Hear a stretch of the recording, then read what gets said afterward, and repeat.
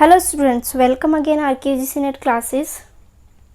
अगर आपने वीडियोस पहले के नहीं देखे हैं तो आप उनको मैंने प्लेलिस्ट में डाल दिया है, तो आप वहां जाके इजीली चेकआउट कर सकते हो एंड वहां पे देख सकते हो। So first of all schedule bank देख लेते हैं। अनुसूचित बैंक क्या होते हैं? सो यहाँ पे देख लेते हैं, those banks which are the registered in the second schedule of the Reserve Bank of India 1934।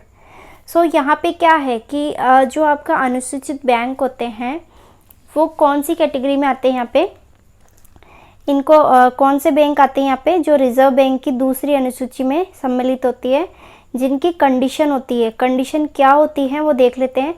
Paid up capital and reserve of an aggregated value of not less than 5 lakh rupees.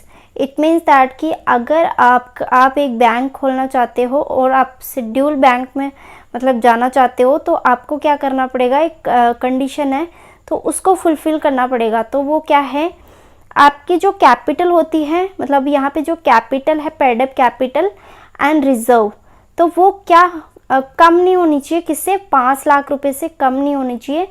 And second है satisfied criteria under section 46(6) subsection आप यहाँ पे 6 है and सब close subsection is a.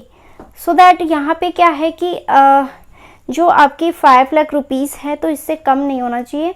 अगर आप इससे कम होते हैं, इससे मतलब कैपिटल, पेड अप कैपिटल, तो आप शेड्यूल बैंक पे नहीं आ सकते हो। सो ये क्या है? ये क्राइटेरिया है, ये कंडीशन है जो शेड्यूल बैंक को अपनानी होती है या शेड्यूल बैंक पे अप्लाई होता है। यहाँ पे सेकंड क्या बोला है कि जो सेटिस्फाई होता है क्राइटेरिया, तो इस अंडर सेक्शन ये के अकॉर्डिंग जो भी कंडीशन बनती है वो फुलफिल होना ज़रूरी होता है। नेक्स्ट हिंदी में देख लेते हैं। अनुसूचित बैंक वे बैंक होते हैं जो रिजर्व बैंक की दूसरी अनुसूची में शामिल हो। कंडीशन क्या है? कंडीशन इस प्रदत्त पूंजी या आरक्षित कोष का योग कम से कम 5 लाख रुपए, मतलब यहाँ पे 5 लाख रुपए तो होना ज़रूरी है, इससे कम नहीं होना चाहिए। क्या? प्रदत्त पूंजी और आरक्षित कोष। नेक्स्ट इज है नॉन शेड्यूल बैंक, मतलब गैर अनुसूचित bank. Banking company as a defined in a clause C of section 5 of the Banking Regulations Act 1949, 10th of 1949 and which is the not a scheduled bank.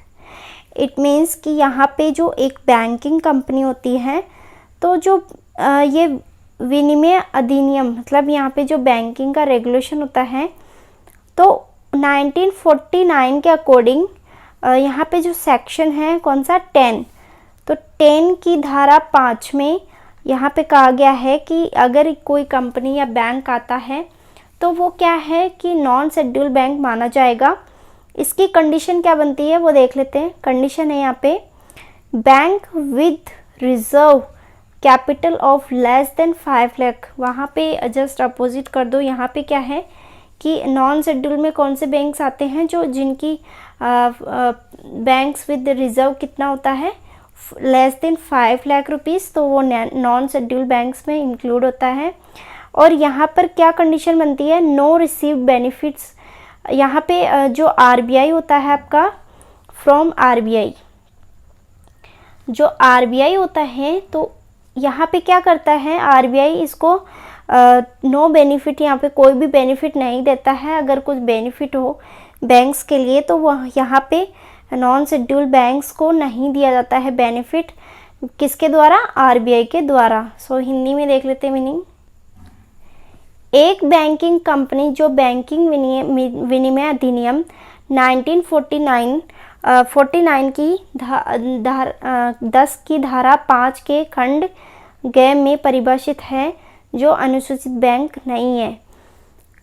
शर्त का क्या है यहाँ पे कि 5 लाख रुपए कम की आरक्षित पूंजी वाले बैंक गैर अनुसूचित बैंकों के रूप में अर्हता प्राप्त करते हैं।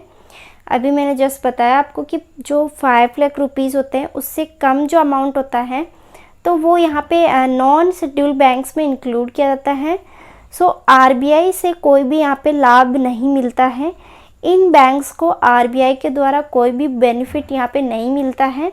Objective of bank.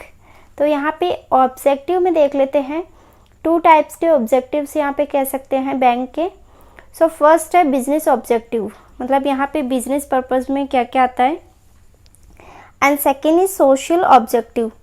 So 2 types हैं यहाँ पे, business objective and social objective. तो फर्स्ट देख लेते हैं बिजनेस ऑब्जेक्टिव्स में। बिजनेस ऑब्जेक्टिव्स में है आपके मेकिंग अ प्रॉफिट, मतलब यहाँ पे अगर कोई बैंक बिजनेस पर्पस के लिए कुछ वर्किंग कर रहा है, सो दैट वो ओनली ऑन मेकिंग प्रॉफिट, यहाँ पे प्रॉफिट कमाने के लिए कर रहा है।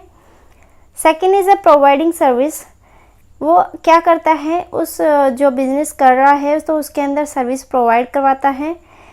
एंड रिसीविंग डिपॉजिट, जो यहाँ पे डिपॉजिट जो जमा कराते हैं तो उनको क्या करता है, रिसीव करता है। एंड मेकिंग लोन, यहाँ पे जो लोन वगैरह होते हैं तो लोन वगैरह भी प्रोवाइड करवाता है ये बिजनेस बैंक्स या बिजनेस ऑब्जेक्टिव्स में आता है। नेक्स्ट देख लेते हैं इन्वेस्टमेंट। इन्वेस्टमेंट तो इम्पोर्टेंट है, क्योंकि जब तक इन्वेस्टमेंट नहीं करोगे तो बैंक में बिजनेस या फिर अदर एक्टिविटीज़ नहीं होती है। सो करेंसी इश्यूज़, यहाँ पे जो बैंक्स होता है तो वो क्या करता है, करेंसी इश्यूज़ करता है। नेक्स्ट है अपने सोशल ऑब्जेक्टिव। यहाँ पे सोशल ऑब्जेक्टिव में क्या क्या इंक्लूड किया गया है। फर्स्ट है क्रिएटिंग सेविंग, मतलब यहाँ पे जो सेविंग्स होता है तो उनको क्रिएट करना। एंड कैपिटल फॉर्मेशंस, कैपिटल को फॉर्मेशन करना कि कहाँ कहाँ पे कैपिटल यहाँ पे लगानी है। थर्ड इज इंडस्ट्रियलाइजेशंस, मतलब यहाँ पे इंडस्ट्रियलाइजेशंस करना, ये भी एक सोशल ऑब्जेक्टिव है। नेक्स्ट है एम्प्लॉयमेंट, जब इंडस्ट्री होगी तो एम्प्लॉयमेंट तो होगा ही रोज़गार के लिए। एंड डेवलपिंग लिविंग स्टैंडर्ड, मतलब यहाँ पे जो लिविंग स्टैंडर्ड्स होता है तो उसको क्या करना, डेवलप करना। एंड इकोनॉमिक डेवलपमेंट, सो यहाँ पे ये सोशल ऑब्जेक्टिव्स है बैंक के, तो इसमें इकोनॉमिक का डेवलपमेंट कराना is the main social work.